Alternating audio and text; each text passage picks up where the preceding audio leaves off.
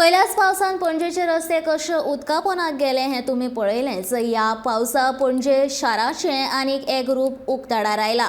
कोट्यांनी रुपया मोडून सांतिनेज खाडी निवळ करपाचें काम हातीन घेतलां। आतां पळयल्यार सांतिनेज खाडी जायते कडेन प्लास्टिकाच्या कोयरान तुमिल्ली दिश्टी पडटा।